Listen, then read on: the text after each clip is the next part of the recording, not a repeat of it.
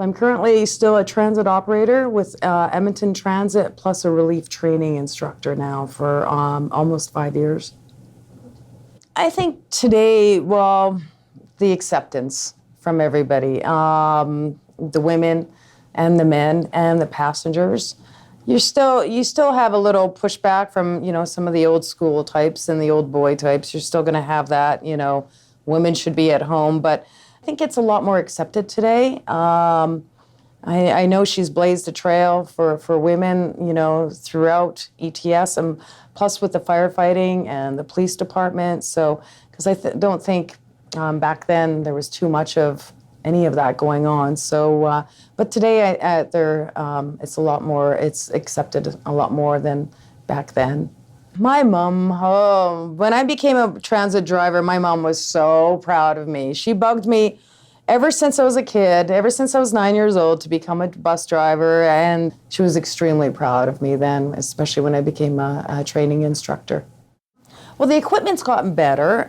There's no more trolleys. Back when Mom drove, you had the trolley buses, which had the wires on top. And I drove those trolley buses, and it's manual steering. So they called it strong arm steering. And if you had a full load on a trolley bus, you could feel it.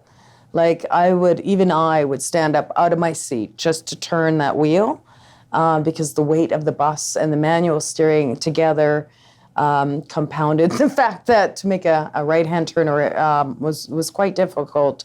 But I don't think it's that much easier for women today because daycares are extremely expensive. They're full. If you're a single mother and you've got to be doing a split shift, which goes from 6 in the morning till 8 in the morning, but then you're off, who do you have to look after your children for those hours? I think the union, because women are having a hard time as single parents, they can do the job, but who are they going to get to look after their children? So I think it is an issue with all of us women that, this is something that is needed with the city so that single mothers can do this job and have someone to look after their kids. Back then, I'm not too sure about how the union reacted because I know right now they love it, and they're big on supporting the women and non-traditional roles. But I do know right now that they're fully support women in all of the roles within the city, and they're because they know that we all play an integral part of keeping the city moving, and just with everything, not just transit. The great news that actually just happened. There's a new garage being built, and I want the new garage to be named after her. So I thought, I'm going to go for the gusto and try to get the new garage named after her.